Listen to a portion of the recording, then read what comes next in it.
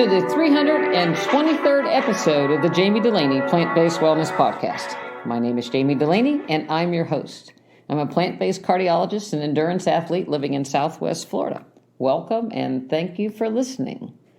Next up on my event calendar is the Odyssey Swim Run in Austin, Texas. So that's getting exciting, first weekend in November.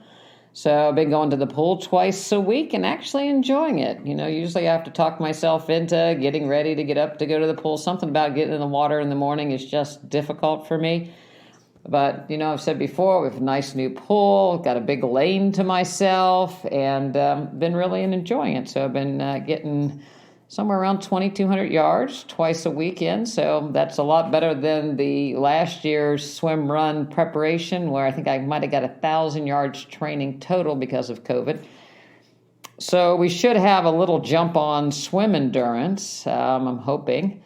I think we have that bungee thing figured out a little bit better this year because we have to tether ourselves together. So we're going to shorten that up a little bit. So hopefully we'll knock a little time off our race time and get things a little bit down a little bit more. I'm going to unzip the wetsuit this year so I can breathe while I'm running. That might be a good thing. So hopefully we'll have the buoys attached to ourselves a little bit better so that doesn't fall off. And so, yeah, I think that we probably can get a good 15 minutes anyway, just correcting our silly mistakes from last year. But, who knows? I'm always capable of doing something silly. So it's a rocky, hilly course. So the idea is to finish it and feel well, because the California International Marathon is just about a month, 6 weeks after that. So I want to be able to have a good road marathon performance. So all that's going good. Running on the days that I don't swim. Also, I'm participating in the Sore-Next Squattober. Not officially. I'm stalking the Squattober, so to speak, on Instagram. So if you want to go over there and join and check that out, I'll leave a reference in the show notes. But each day there is a weight workout that involves some form of squats and some different weights. And so I've been doing that. A little lighter on the weights because I don't want to get to the point where I have trouble running or soreness, but my legs feel pretty good. So I think that's really going to be helpful. I'm going to hope that's going to help my running in the hills of Austin. So I've been doing that 5 days a week. So who knows? Hopefully it'll be good. Backyard, we're coming into garden season down in Florida. I've got a few spaghetti squash up. My herbs are still going. Got some lettuce in the tower garden going. A couple papaya trees have papayas on them. Otherwise, things are, kind of slow to get started, but we're getting ready to put it in. We did a new raised bed, so hopefully we'll get some vegetables going pretty soon, some peppers and tomatoes and maybe some Swiss chard. So that's about it. I wanted to talk a little bit today. It's kind of funny because things always happen for a reason and happen somewhat in a timely fashion. But I was talking to someone and, we talk about running or gardening or whatever, small talk. And I was told that, I can't do any of that because I have 2 bad knees and 2 bad hips from playing sports. And I would say the person's probably in their 70s.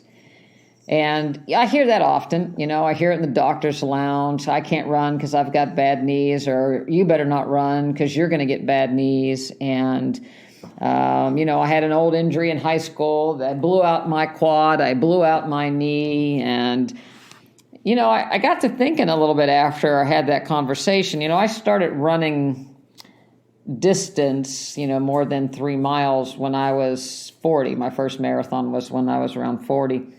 And my knees are fine, other than when I have the occasional tumble and, get a bruise or something, my knees are fine. And so I am been running 20 years almost, and 20 years of marathons. And again, my knees are fine. I've never blown out a knee, and I've never blown out a quad or pulled a hamstring. You might say, well, I don't run fast enough, and that's possible, but nevertheless, I've been on the roads and fallen down and tripped and all this other kind of stuff enough that if your knees were going to go, they probably should go if it was a result of exercise. And then if you look at high school sports, obviously most people play high school sports maybe 4 years. And, people that are really, really good might play a good 2 years, 3 years, right? That are playing football, I guess, would be the one that would cause the most damage to your knees potentially. Or, I've never really heard a soccer player say they blew out their knees playing soccer.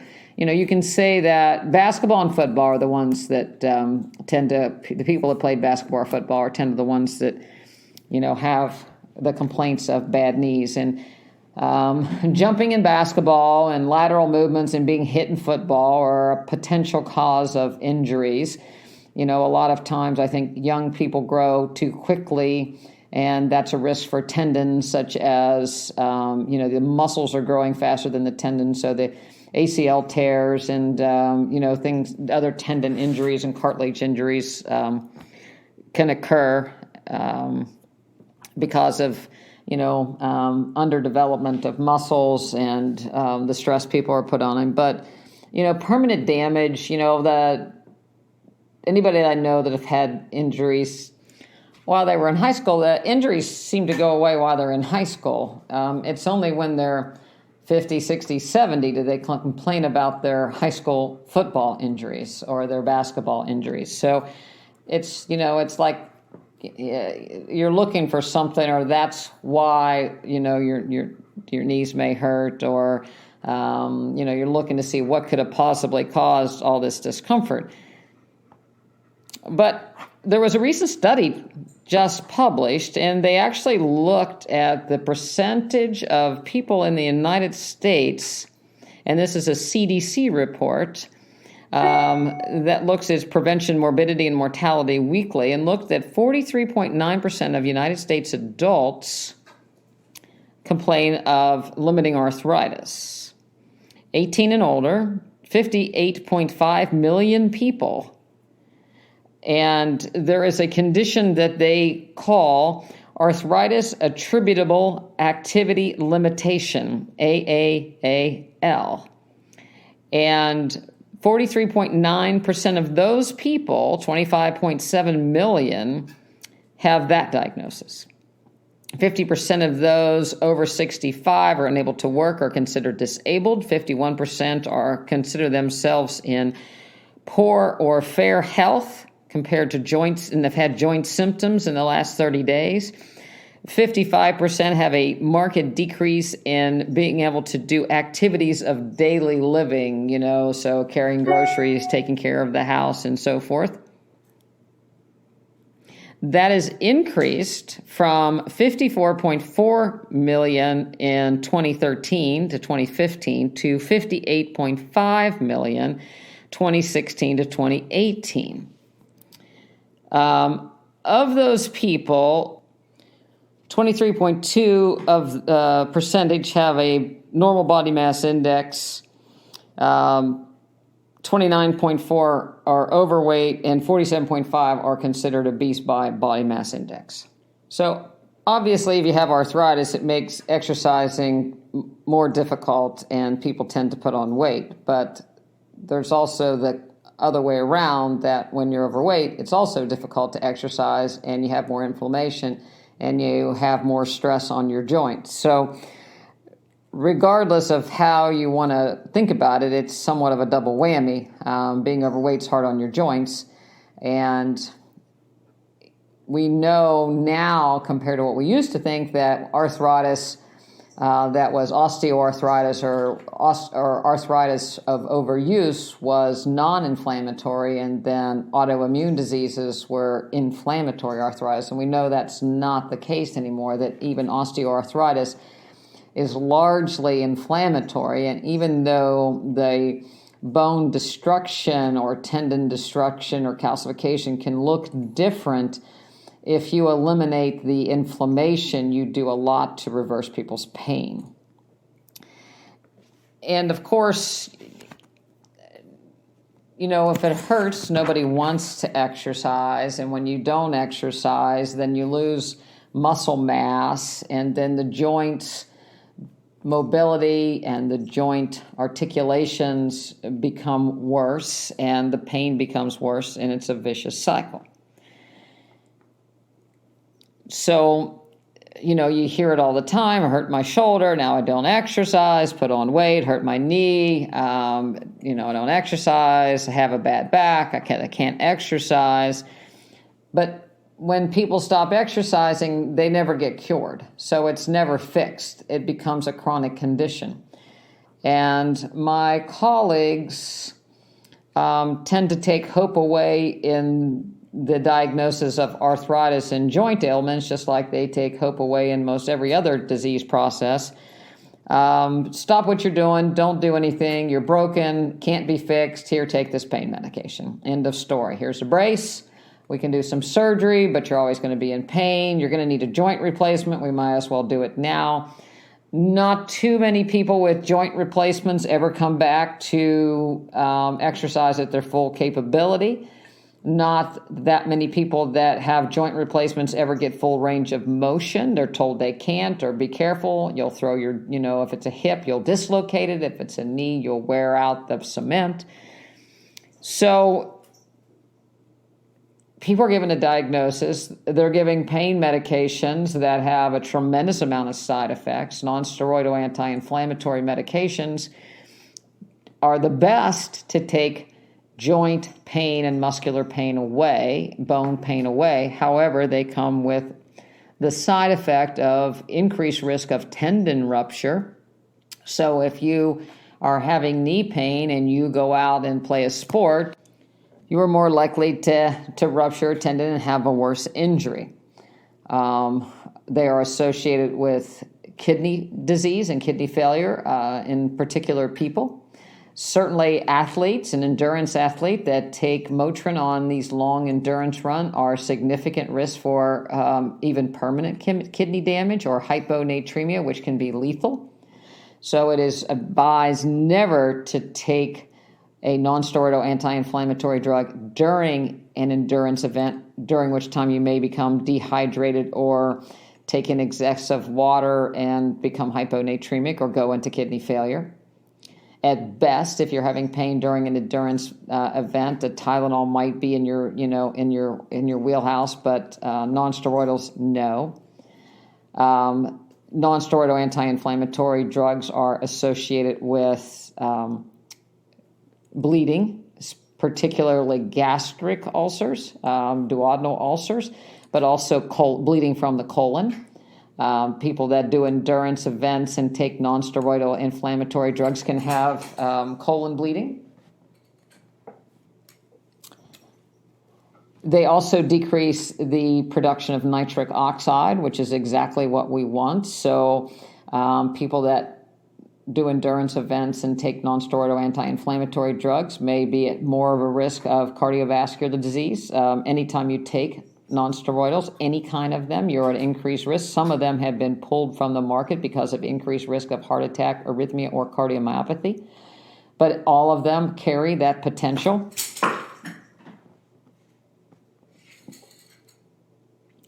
So that's not a solution to the problem. It does not reverse the damage. It doesn't reverse the inflammation that cures one of the problem of the joint. Certainly, muscle relaxers aren't the answer. They block pain. And, I had a very intelligent member say, I don't want to take pain medications because that's my body telling me something is not right. And that is true. So if you're having pain to the point that you can't do something, you need to address why you can't do it, as opposed to covering up the symptoms so that you can go on. It's one thing if you haven't, you're up for an Olympic gold medal and you have some pain, you might say, okay, the risk outweigh the benefit, or the benefits outweigh the risk. But for most of us mortal amateur athletes, no, you're going to do more damage than good. Certainly opioids, again, don't reverse the pain. They block the body's or the brain's ability to perceive pain. They're very addictive. They cause, a decrease in gut motility, lead to constipation, can lead to diverticulitis. So there's a whole host of side effects. So that high school football injury or basketball injury, I'm being facetious, that rears its ugly head when you're overweight and 40 years old, it's not going to be cured with Motrin or opioids or muscle relaxers. It's probably not going to be cured with a knee brace or the copper thing that they sell on TV. If you have an part of your body that is weak and you put a brace on it, it's going to become weaker. Just like when you go to the running store and you get the new and latest and greatest highly cushioned running shoes, and then they take you straight over to the insole department and tell you that you need to buy these fancy insoles to keep your high arches high or your low arches in line, or protect your Achilles. Anybody that does running or endurance athlete have probably all been down this road, that you get a running injury and you want to keep running, so you go buy the fancy insoles to try to get back, to get the Achilles or the plantar fasciitis to settle down. But what you're really doing is taking your feet and crunching them, putting them in a mold, and causing further destruction of the muscles of your feet, further deformities of the bones and the little bones of your feet. So that's not the answer. So it comes time to do something a little bit different. Nobody really turns the TV off if something bad comes on. They find a different channel. So when it comes to your joint pain and your knee pain and your foot pain, your back pain and your hip pain, we need to find a different solution. There's no replacement part that's ever been as good as the original part. I didn't talk about plasma cell therapy, to try to get you to heal a little bit better. Potentially there may be something there as far as anti-inflammatory, but for the most part, what we're after is decreasing inflammation the old-fashioned way. And what causes inflammation? It comes back to your nutrition. So when you change the nutrition and then you start to address what actually is causing the problem, then all of a sudden it goes away.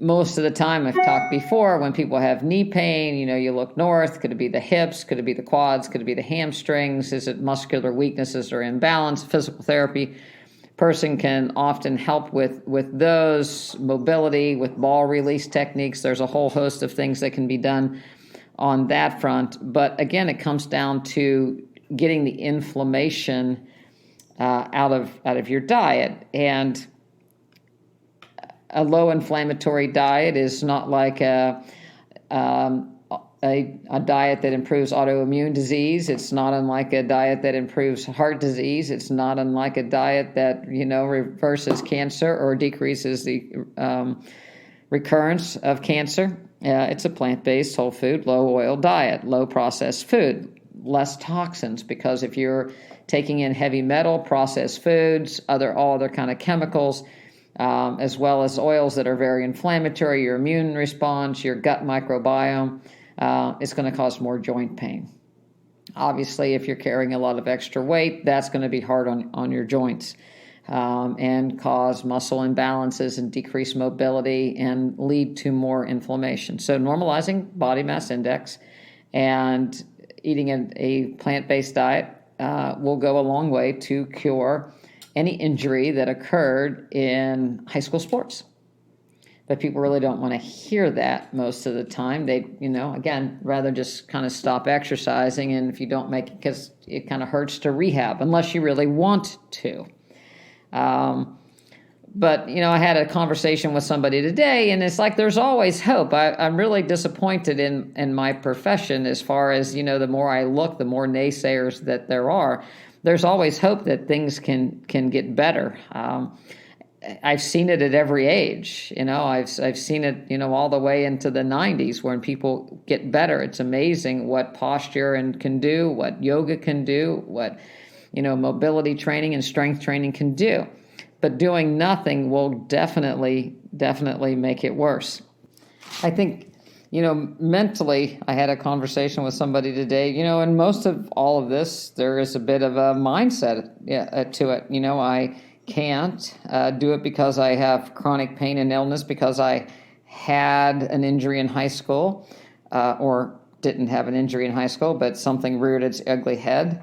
I'm not a runner, so I can't run. I've never been able to run. My knees always hurt when I run. Well, maybe that's the way you're running, or what kind of shoes you're running in, or you try to run too fast, or you try to run too much.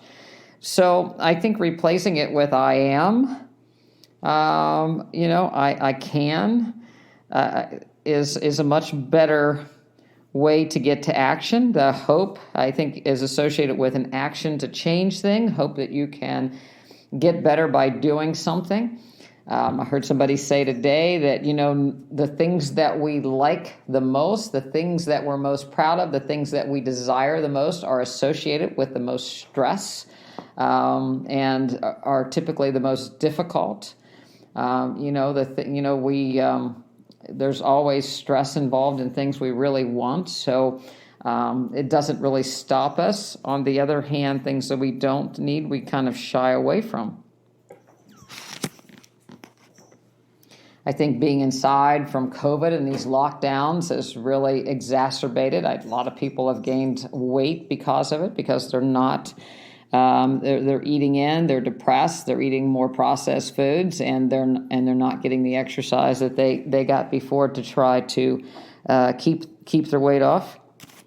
So I think people need to set challenges. We have people running the Treasure Coast Marathon in the spring here in Florida. It's in Stuart, Florida. You can look that up if you'd like to join us, but we have people in a variety of different age groups. You need to sign up for something. We have people that sign up for 10Ks, 5Ks, sign up to do a century bike ride. Commit to doing something. When I first moved to Florida, I didn't know what to do because I always vacationed going south, and now that I'm south, what do I do? So if I use marathon running as a way to force myself to take a vacation, and I committed to doing that. So I was in a training program, and you have so many weeks from when you sign up to back off, and I'm 6 weeks out or 12 weeks out. Typically for a marathon training program, if you're active at all, you can pull one off in 16 weeks. And then you might want to keep yourself in fairly decent shape, and then you can be kind of half marathon ready. But once you've gotten to that kind of shape, it's life changing the other way. All of a sudden you are, and you want to stay that way, or you have a goal in mind, or you want to go do something. Then you have something to train for. Turning the tides a little bit with toxic exposure and decreasing metabolic rate, there was a recent study looking at phthalates and all-cause mortality. And there was a population-based study, and this was published in Environmental Pollution Journal. Phthalate exposure was associated with all-cause and cardiovascular mortality. And this was looking at, in a population of 55 to 64-year-olds, they attributed greater than 90,000 deaths perhaps per year attributed to increased ingestion of phthalates. So what are these phthalates? They are chemicals that have endocrine type, they're endocrine modulators. And people who eat out get a greater than 35% greater exposure. They are found in in the plastic industry, so they're associated with plastic bags, plastic packaging. So food that comes in plastic containers, heating these plastic products increase the risk. Animal-based foods tend to absorb these more so. Canned products that aren't BPA-free have more phthalates. But all the plastic type of, pesticides also contain phthalates. So if you don't eat organic, you're getting more. If you heat, you extract more. Processed foods, because there are a variety of different foods and chemicals, tend to have more. Soft drinks, mineral water, things like nail polish and a variety of different things can increase your exposure. Even clothes and carpets and any kind of plastic things can potentially increase exposure. So, toxic exposure is one of the things that, we can, it's hard to live in a world without plastics. If you go to the grocery store and you can avoid buying things in plastic, it's always best. Certainly you don't want to ever heat anything up in the plastic container. You don't want to microwave with the plastic on the outside. Plastic bottles, if you can do a filtration system for your water as opposed to bringing in tons of plastic bottles, it's better. So it's better for you and better for the environment. If you can shop in farmers markets and produce stores that have loose vegetables, you're better off than vegetables that are already packaged, somewhere in the plastic and transported in the plastic bags. Loose kale is better than the one in the plastic bag if you can, you can get that because, again, there's this transportation types, and obviously eating locally, you have a better chance to decrease your phthalate exposure. Of the things, rice and noodles and burgers and burritos tend to have a higher accumulation of it. And again, just eating, people that are always eating from plastic containers are going to have a higher exposure. So if you have cancer or trying to prevent cancer, that's one area that you can look to try to decrease your consumption. It's very unfortunate because there's so many things that come in those plastic containers. It's hard to find things that are loose a lot of times in the grocery store. There's certain vegetables that are just in those containers. Again, a little bit of a backyard gardening if you can. Again, locally, it's about the best you can do. The last thing I wanted to kind of review is glutathione. There is a lot of discussion as far as even in the immune world. I saw, everybody kind of twist things their own direction a little bit. But glutathione is a tripeptide, meaning there's 3 amino acids. Our body can make them. Glutathione is involved in oxidative stress, metabolic waste detoxification. It is helpful in our immune system and potentiating our immune system. It works both at a neuron level, at a mitochondrial level. It's related, decreased levels are related to some cancers. It is used by our liver to help excrete things, heavy metals like mercury and dietary pollutants like phthalates. But it can also be too much of it, can also cause it to turn to a pro-oxidant. So you want enough of it, but not too much of it. Supplementation has been shown to increase natural killer cells, which are good for the immune system, good as an anti-cancer. There have been a few studies looking at endothelial cells and cardiovascular health as improvement. There's been some small studies looking at Parkinson's disease and from a neurological standpoint. So, before you run out and, buy it, the other thing that happens as we get older, our body's ability to make it tends to go down. The less acid we produce in our stomach, the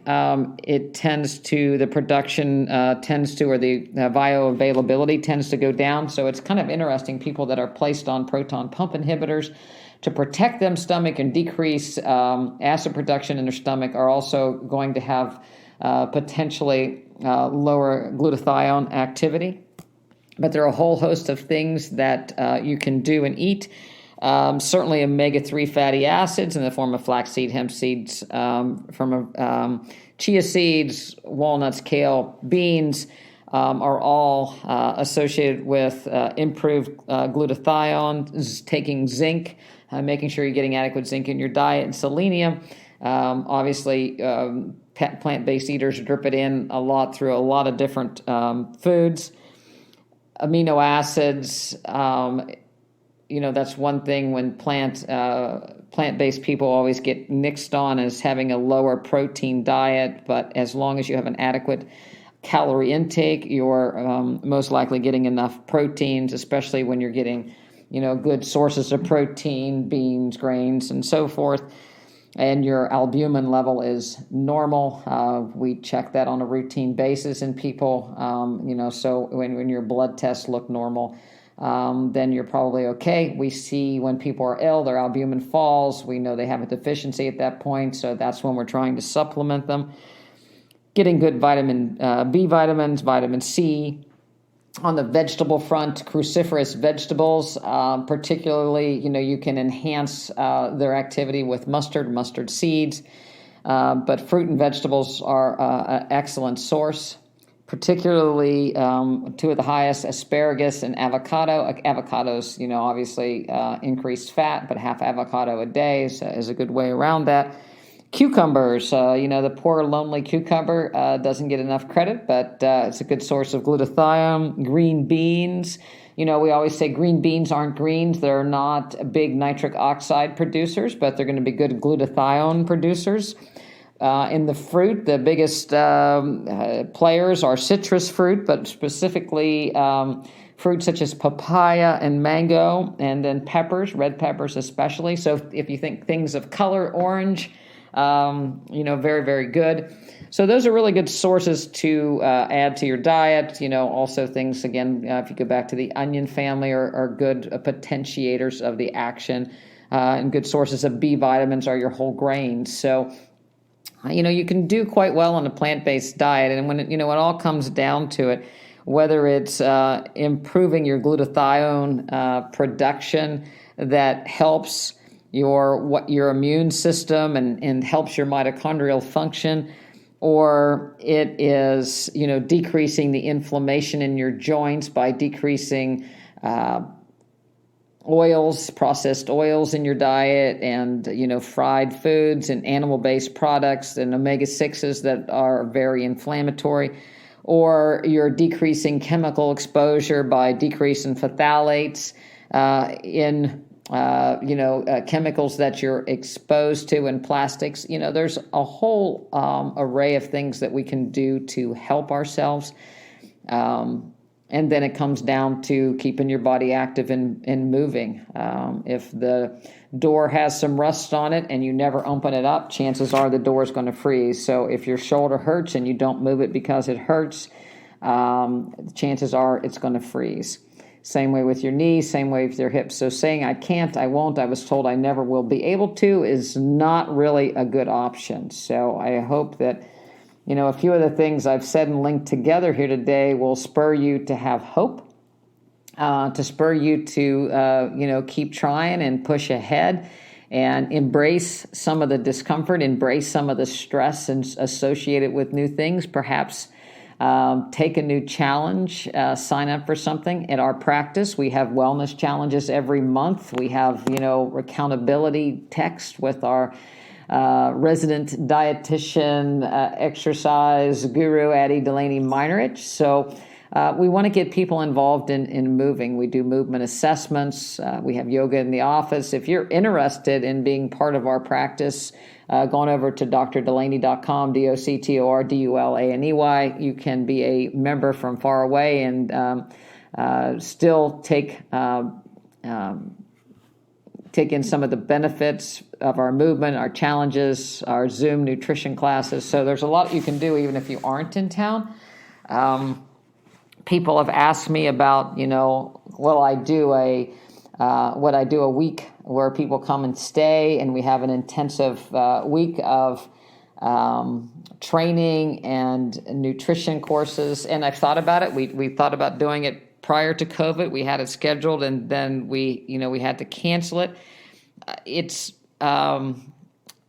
somewhat mixed thought for me. If I had some feedback and people really wanted to come, I'd think about putting it back on the books. But there's a part of me that we take you out of your stressful environment, or we take you away from your family that try to derail you, or take you and feed you and inundate you with information, and it makes it all sound great. But then when you leave the bubble, the green bubble of health, can you go back into your environment? So sometimes I think learning in the fire of the environment that you're living in is just as important. That's why Addie and I like to kind of tag team people. We like to talk to people every couple of weeks so that we keep information coming. You can sign up for our newsletter free. Again, you can go over to drdulaney.com, and we send a newsletter out with recipes and exercise and what's going on with the practice. We've been trying to do a webinar every month. So I think that keeping yourself, keep getting information, setting goals for yourself while you're living in the fire of your regular life is probably the best bet. You just have to put your, maybe organize your wants a little bit to put your health ahead of some other things. So we'd love to help you in that. It's not always easy. It's never easy for the most part, but I think that there's a tremendous amount to gain from whatever age that you are. And it's just being open to some change and, keeping your feet to the fire and keep pushing forward. So I hope you enjoyed today.